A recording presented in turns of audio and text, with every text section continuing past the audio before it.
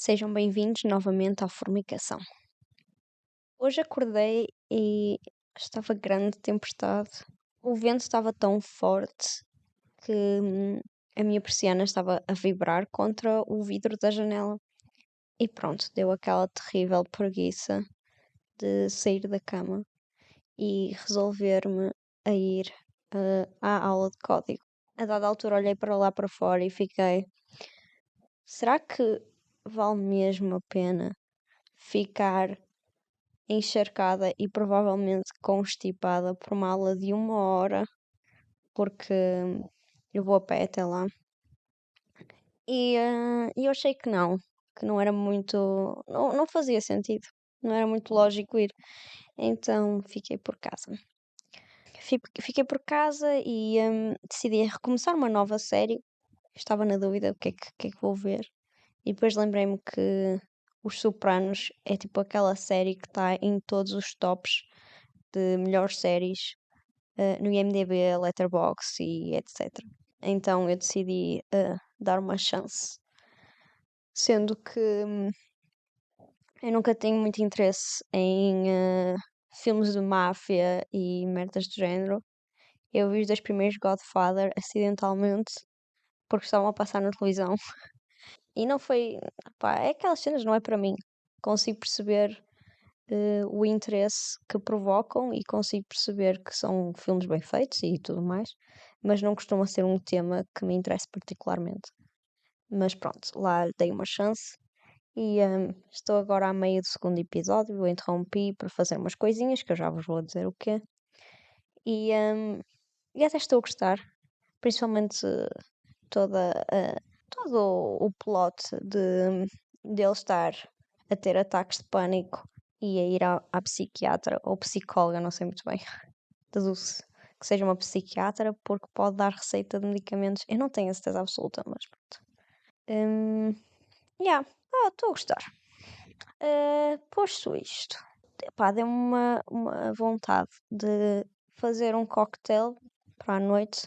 Tinha aqui umas maçazitas, algum gengibre, limão e decidi fazer o sumo de maçã eu própria para o meu Apple Tini, em vez de estar a usar sumo de maçã já feito, porque I'm extra e porque sempre que eu faço coisas relacionadas com, neste caso, mixologia uh, ou mesmo cozinhar. Ontem estive a fazer uma pizza e a massa e tudo mais, e eu sinto que estou a fazer uma poção e é bué fixe. E provavelmente era assim que as mulheres condenadas à bruxaria se sentiam sempre que faziam um remédio caseiro para a pneumonia e a tuberculose. Não, estou a brincar. Eu decidi dar uma de old school ao filtrar o meu sumo de maçã caseiro e usar um paninho. Yeah, eu usei um paninho para filtrar a polpa que não está moída o suficiente, porque obviamente quando se vai fazer um sumo com a varinha mágica e tudo mais, não fica completamente líquido. E filtrar com uma peneira não estava a funcionar, então lá está. Eu usei um paninho e andei a espremer o paninho e além de me sentir uma dona de casa do século passado, eu senti-me. Foi uma experiência esquisita porque eu decidi fazer isto quando ainda estava morno e envolve uma pessoa meio que fazer aquele movimento de tirar o leite às vacas, se é que me entendem. Aquilo fica meio, o pano fica meio tipo, torna-se uma teta e uma pessoa tem de espremer a teta e foi uma experiência engraçada. Eu imaginei que estava, lá está, tirar o leite a uma vaca. Eu não sei se há um termo técnico para isso, provavelmente há, mas estou longe demais de computador para ir pesquisar.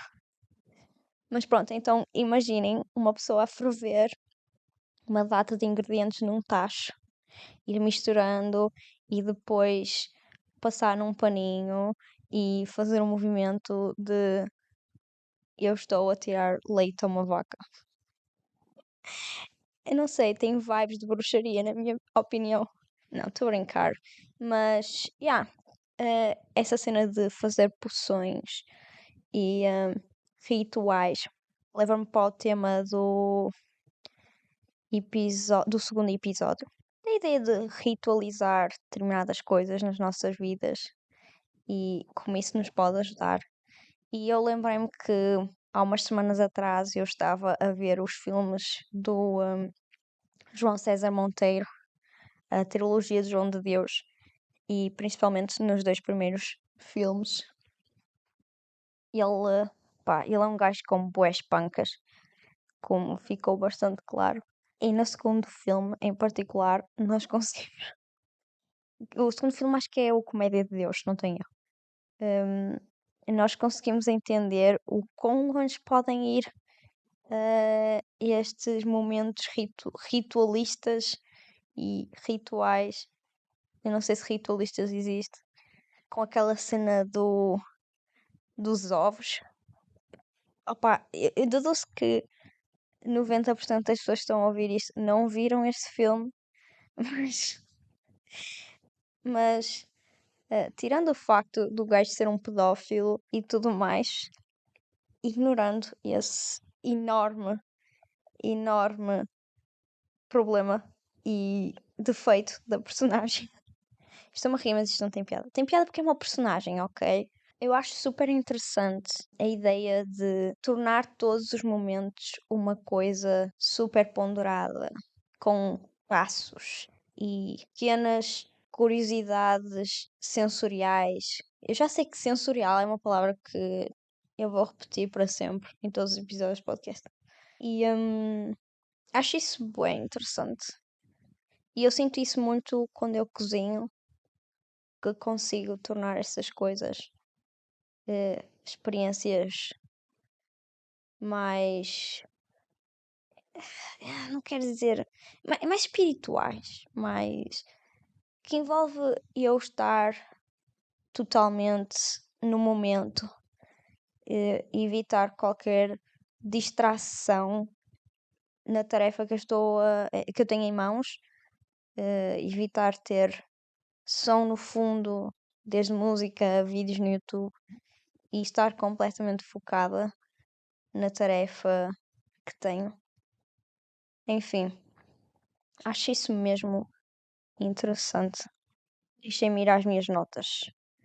No fundo, eu estou-me a tornar numa dona de casa desesperada. Porque o pico do meu dia é, sei lá, passar a ferro e todas as camisolas ficarem dobradas na mesma largura e eu ao empilhar ficam todas alinhadas direitinho. Eu não sei, eu acho isso mesmo relaxante e eu não sei, sinto que fiz alguma coisa com o meu dia. E depois já toda aquela cena do tempo a passar.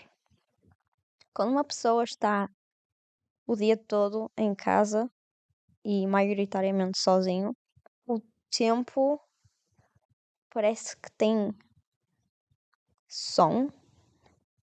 Não estou a falar do tempo meteorológico, estou a falar do tempo como o fenómeno físico e o relógio.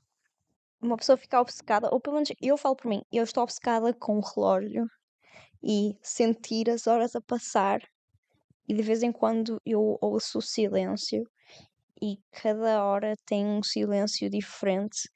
É como se houvessem grãos sonoros, tipo um ruído branco ligeiramente diferente, como quando nós tiramos fotos com uma câmera digital ou até mesmo uma analógica, obviamente, e temos diferentes ruídos e grãos de acordo com a luminosidade em que nós estamos, mas isto como som. Sinto um som diferente.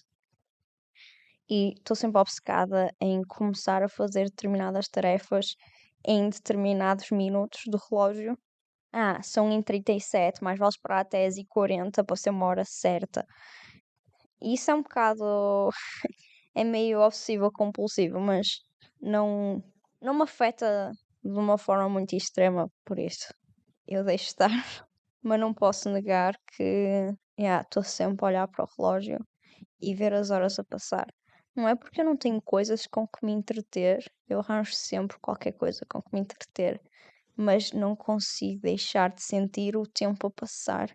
E eu só quero aprender a estar no momento e deixar os relógios para trás e simplesmente sentir as horas como um conceito abstrato e não um conceito figurativo. Se nós imaginássemos as horas e o tempo a passar num quadro agora, eu quero que ele pareça uma, uma pintura impressionista de Monet ao invés de uma pintura mais realista de Colbert.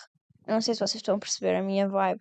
Eu quero que seja uma sensação passageira, uma impressão, como os impressionistas diriam.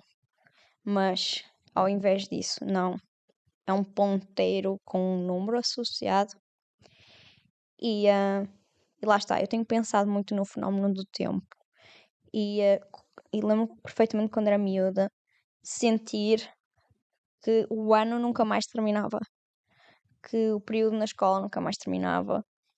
E eu estava sempre à espera que o tempo passasse e ele não passava. E tipo, era mesmo frustrante. Eu só queria que tudo terminasse para algo começar, mas esse algo eu não sabia muito bem o que é que eu queria com esse algo. Eu só queria que o presente terminasse para que o futuro começasse. Mas o futuro não começa, o futuro é o presente. Então, como podem imaginar, eu não fiquei muito bem mentalmente. Ahm, e uma coisa que eu tenho reparado, principalmente nestes últimos anos, é que eu sinto que os últimos 3 ou 4 anos ficaram aglomerados num só ano. Porque o tempo passa super rápido, mas eu sinto que não faço nada com ele. Então, é, não sei, eu olho e eram 2h30 e agora são 5. E não aconteceu nada entre estas 2 horas. É como se o tempo estivesse a ser roubado porque eu não o estou a dar valor e não o estou a utilizar. Então o tempo está-me a ser sugado e acho que é, sei lá, é uma tentativa do meu cérebro aprender que não adianta de nada ter todo este tempo se eu não faço nada com ele. E pronto, há uns dias atrás eu fiz anos e o fenómeno de festejar um aniversário é, na minha opinião, uma cena também super ritualista. E eu associo àquela cena de, sei lá, festejar o solstício. É festejar uma mudança no tempo, não é? E neste caso, é festejar o meu nascimento. É um bocado estranho festejarmos os nossos nascimentos, mas pronto. Não sei. Para mim, hum, aniversários são sempre melancólicos, desde que eu me lembro, desde miudita. Nunca associei o aniversário ou a coisas positivas. É sempre um tempo meio melancólico que convida à reflexão e este ano não foi diferente. Eu não sei. É aquelas coisas. Primeiro, obriga-nos a confrontar a passagem do tempo de uma forma bastante direta e obriga-nos a comparar, quase comparar. Como é que foi o ano anterior em relação a este? E eu estou numa fase da minha vida em que devia ser repleta de mudanças drásticas, uma vez que assinalei o fim de um ciclo com o ter terminado os meus estudos por agora, pelo menos. Mas ao invés disso, não há forma de distinguir os últimos anos, quase. É como se todos estes anos fossem um ano muito longo, mas tecnicamente são 4 anos muito curtos. And that's messing me up. Enfim, eu acho que posso contar uma história engraçada de como possivelmente Eu não gosto de aniversários porque eles envolvem também nos confrontarmos com os amigos que temos ou os amigos que não temos. E eu sempre me considerei uma pessoa bastante solitária. E eu lembro perfeitamente que houve um aniversário, eu não sei se eu ainda estava na primária, mas tenho quase certeza que sim. E convidei alguns amigos da escola ou colegas de turma, digamos, e, e a minha mãe sempre fez festas temáticas quando era miúda, então elas davam um imenso trabalho e envolviam fazer a decoração e planear atividades de acordo com os temas, e ninguém apareceu nesse ano. Tipo, os colegas de turma que eu convidei, ninguém apareceu. E eu acho que isso traumatiza qualquer criança. Enfim, eu acho que já ultrapassei isso, mais ou menos.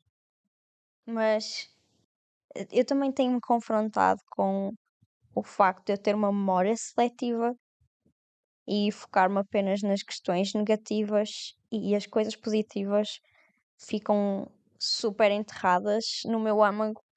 Então eu tenho constantemente de me estar a forçar a tentar pensar nos pontos positivos. E pontos positivos dos meus aniversários, principalmente quando era miúda, tirando o facto de às vezes não aparecerem pessoas, era que a minha mãe esforçava-se imenso e eu tinha temas incríveis de aniversário. Temas bastante fáceis de imaginar, como por exemplo Harry Potter. Yeah, é fácil imaginar uma festa com o tema de Harry Potter.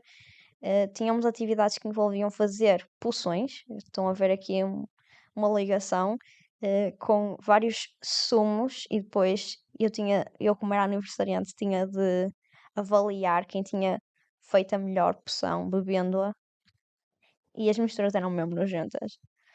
E pronto, vocês estão a imaginar, tema Harry Potter, mas depois eu tinha temas mais aleatórios, como renascentista, idade renascentista.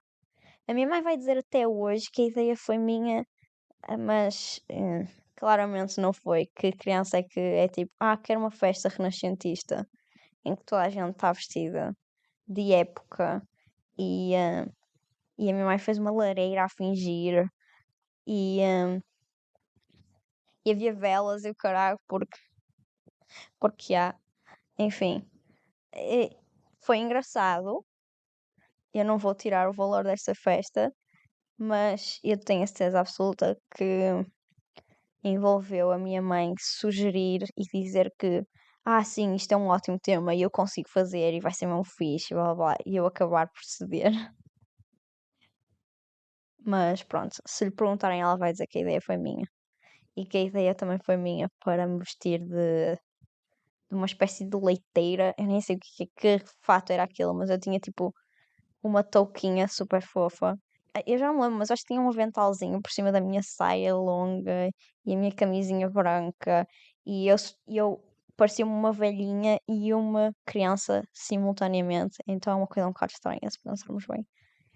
E depois eu também tive um que era tema discoteca, o que funciona muito melhor do que Renascimento para uma festa, principalmente de crianças. Acho que esse funciona melhor. E envolveu muita decoração que brilhava com ultravioleta, porque a minha mãe meteu uma daquelas lâmpadas ultravioleta, então tudo o que era branco e o caralho brilhava. E essa foi fixe. Mas, deixa eu ver. Eu tive um tema qualquer que era cientistas, ou tipo ciência como tema. E acho que foi na altura da gripe A. Eu não sei se vocês se lembram dessa outra pandemia, de quando toda a gente estava obcecada também com desinfetar as mãos, que era a gripe A. E quando isso aconteceu, eu estava na primária e a minha mãe fez. Tipo, nós decidimos fazer tema ciência, então a minha mãe ensinou toda a gente a fazer álcool gel e toda a gente meteu tipo batas e o carago e decidiu fazer álcool gel. Isso é um tema estranho para uma festa em que uma das atividades envolve fazer álcool gel. Mas isso aconteceu na minha vida. E foi engraçado. Toda a gente levou um frasco de álcool gel para casa. E foi graças a nós que a gripe A desapareceu. Não, estou a brincar. Vou tentar ver se me lembro mais temas. Eu lembro-me de quando era mesmo muito, muito, muito pequenina, de uma festa que eu acho que tinha o tema da Ariel. Mas essa aí eu devia ser tão pequena que eu não lembro absolutamente nada. Se calhar até é uma imaginação minha, mas eu acho que não. Porque eu lembro de envolver, meter algumas fotos dos. Fotos não, neste caso, ilustrações dos peixes que aparecem na Ariel em cima da comida e assim, e dos copos. Eu não me lembro, mas tenho uma visão de que isso aconteceu. Mais. Pá, não me ocorre mais nenhum tema. De certeza que quando eu editar este podcast eu vou me lembrar. Mas pronto, na generalidade, as pessoas que iam às minhas festas, gostavam muito das minhas festas porque lá está, são super out there e tudo o que se faz na festa é temático. Mas eu chegava ao fim do dia super depressed. E eu acho que é isso, é uma pessoa perceber que qual é o sentido de estarmos a festejar, simplesmente existirmos, que é uma atividade passiva.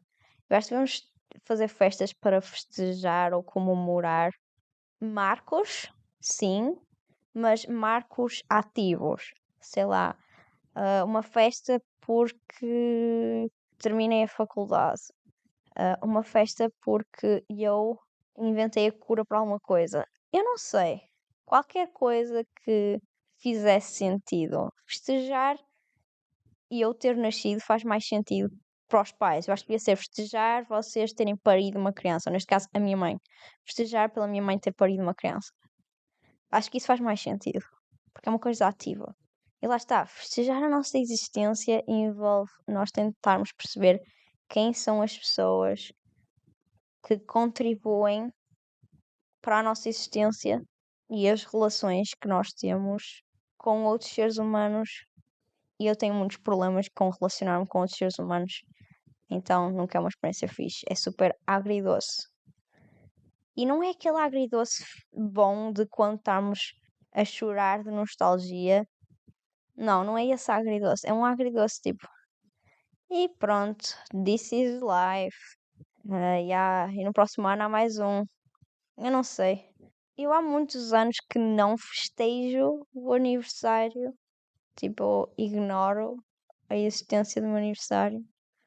Mas este ano decidi tentar ser mais aberta à socialização de aniversário. E calhou o Cinema Batalha ter reaberto no mesmo dia e eu interpretei isso como sendo uma espécie de sinal. Spoiler alert: o Cinema Batalha não sabe o que é que está a fazer. E se alguém do Cinema Batalha ouvir isto, enviem-me um e-mail e eu faço uma lista de coisas que vocês deviam ter em consideração que não tiveram, ou vice-versa. Coisas que vocês tiverem em consideração que se calhar deviam estar em segundo plano e não estiveram. Ai, os portugueses têm uma mania de colocar horários e horas nas coisas e não cumprir. E como eu sou obcecada com o tempo, para mim isso não dá. Se dizem que a sessão começa às 9h30, a sessão tem de começar às 9h30. E eu sei que isto vai contra tudo o que eu acabei de dizer neste episódio sobre eu querer que o tempo seja uma pintura impressionista, mas foda-se. E eu tenho razão, neste aspecto eu tenho razão. Então, yeah, foi isso que aconteceu, basicamente. Eu ia fazer uma ponte para a ideia das resoluções de anos novo, porque é uma daquelas coisas que toda a gente gosta de fazer. E eu incluindo, há anos em que eu faço. E a pergunta devia ser: então, tens cumprido? Não, eu não cumpro, então eu vou deixar de fazer as minhas resoluções de ano novo. Só uma perda de tempo. Seria bom se de facto fossem resoluções. Eu acho que das duas, uma. Uma pessoa pode ter duas approaches com estas resoluções de ano novo. Objetivos que sejam fazíveis e super específicos. Por exemplo, vou dar um exemplo. Uh, tirar a carta de condução ou ler pelo menos um livro por mês. Isto são coisas que têm formas de ser quantificadas. Ou uma pessoa tira a carta ou não tira, não é?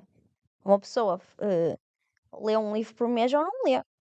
Ok? Isto são coisas que são fazíveis e pronto, fazem sentido. E se uma pessoa tiver mínima disciplina, são completamente realistas. São coisas realistas de se fazer. Porém, há aquelas pessoas que fazem tipo passar mais tempo com os meus amigos ou criar projetos criativos, pessoais, viajar mais. Isto não são nada específicos, então são super difíceis de cumprir porque não são específicos o suficiente, não é? Passar mais tempo com os amigos. Sei lá, se eu este ano passei 4 dias com amigos diferentes, se este ano eu passar 8 dias com o mesmo grupo de amigos, estou a passar mais tempo com os amigos. Pá, não sei, aquelas coisas são difíceis e nem sequer são. Pá, é difícil de ser um goal que seja smart. Smart no contexto de marketing.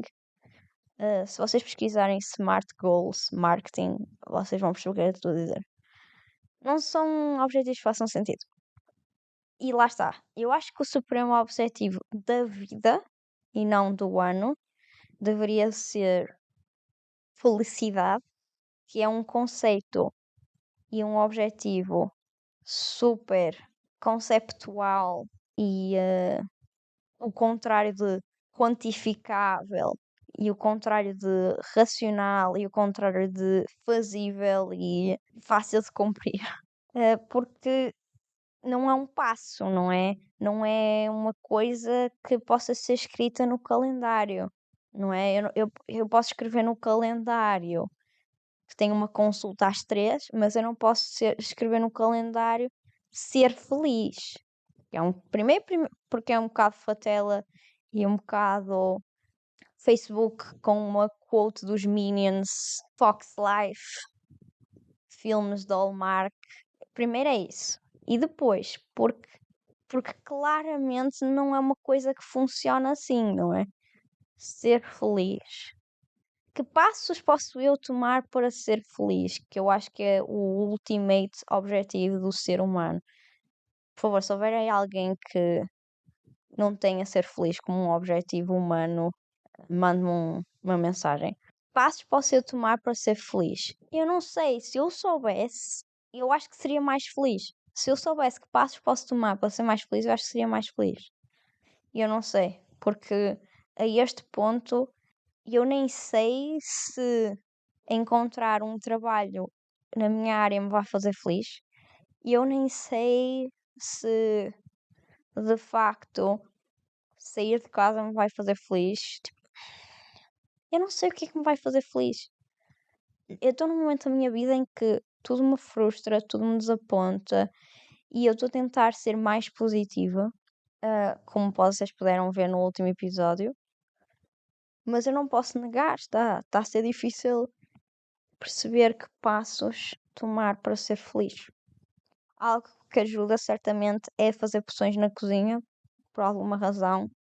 Devo estar a unir-me ao meu ser ancestral, a uma Lucy desta vida, um australopiteco que ia buscar bagas e pegava numa pedra e tornava estas bagas em sumo de baga. Yeah. Se calhar a felicidade é nestas coisas ancestrais, nestes instintos animais. Ainda não fui caçar lebres. Se um dia eu caçar lebres, duvido que me traga felicidade. Acho que vou só ficar traumatizada a ver a morte de um animal. Enfim, eu estou a dispersar-me completamente. E já cumpri os minutos deste podcast. Por isso eu vou-me despedir de vocês. Eu estou a pensar em trazer convidados para os próximos episódios. Se alguém que estiver a ouvir isto quiser ser um convidado num próximo episódio, envie-me mensagem. Pode ser pelo Instagram ou o meu e-mail. Até ao próximo episódio. Tchau.